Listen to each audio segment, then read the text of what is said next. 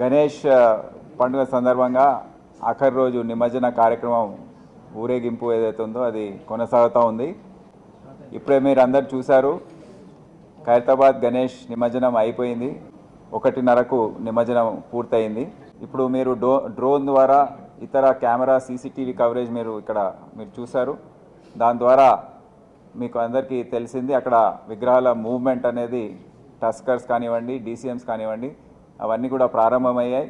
ఈ ప్రొసెషన్ ఊరేగింపు అనేది ఒక పెద్ద ఎత్తున తయారు కాబోతుంది. ఛత్రినాక, సంతోష్ నగర్, మాదన్నపేట్, ఫలక్నామా, మరి బాలాపూర్ గణేష్ మూవ్మెంట్ కూడా చాలా వేగంగా నడుస్తూ ఉంది. ట్రాఫిక్కి ఎటువంటి ఇబ్బంది లేకుండా ఈ నిమజ్జన కార్యక్రమం పూర్తి చేయాలని మేము ఒక ప్రణాళిక సిద్ధం చేసుకున్నాం. దాని ప్రకారం ఆఫీసర్స్ అందరూ కూడా అప్రమత్తంగా ఉన్నారు. ఉదయం ముఖ్యమంత్రి గారు కూడా వచ్చి సూచించారు, ఈ ఆపరేటర్స్, క్రేన్ ఆపరేటర్స్ కానివ్వండి, నిమజ్జనం దగ్గర ఉన్న పోలీస్ అధికారులు కానివ్వండి, అందరికీ కూడా ఈ షిఫ్ట్ టైమింగ్స్ కూడా 4 గంటలు 5 గంటలు పెట్టాలని వారు సూచించారు. సో దాని ప్రకారమే మా ఆఫీసర్స్ అందరు కూడా తయారయ్యి ఆ ప్రణాళిక అంతా సిద్ధం చేశారు. తొందరగా ఈ నిమజ్జన కార్యక్రమం ముగించాలని మేము పూర్తి స్థాయిలో ప్రయత్నిస్తున్నాం. నేను అందరికీ అప్పీల్ చేస్తున్నాను, వీలైనంత వరకు టీవీలో వచ్చే లైవ్ టెలికాస్ట్ వీక్షిస్తే బాగుంటుంది. ఆ రిక్వెస్ట్ ఏంటంటే, వచ్చినా అన్ని జాగ్రత్తలు తీసుకొని పబ్లిక్ ట్రాన్స్పోర్ట్ వాడుకొని, మెట్రో కానివ్వండి, బస్సెస్ కానివ్వండి, కొద్దిగా దూర ప్రాంతంలో దిగి నడుచుకుంటూ వస్తే బాగుంటుందని అందరికి తెలియజేస్తాం. కానివ్వండి, డీసీఎంస్ కానివ్వండి, అవన్నీ కూడా ప్రారంభమయ్యాయి.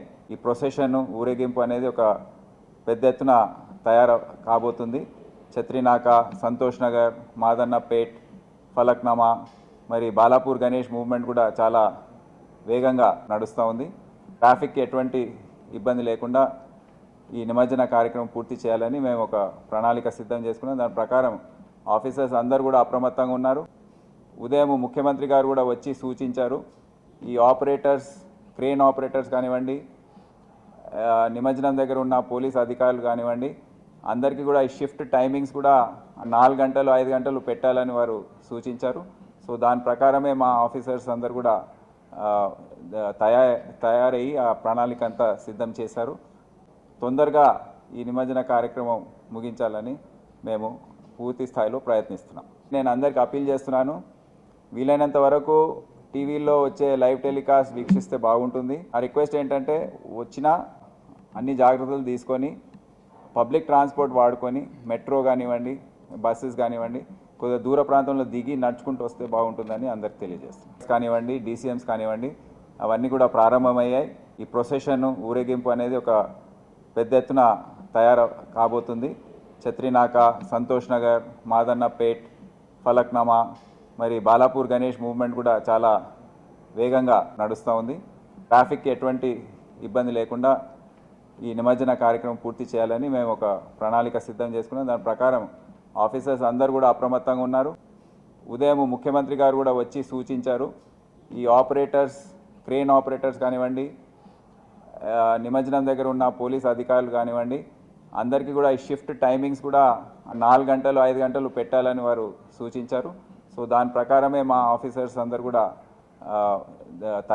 తయారయ్యి ఆ ప్రణాళిక అంతా సిద్ధం చేశారు.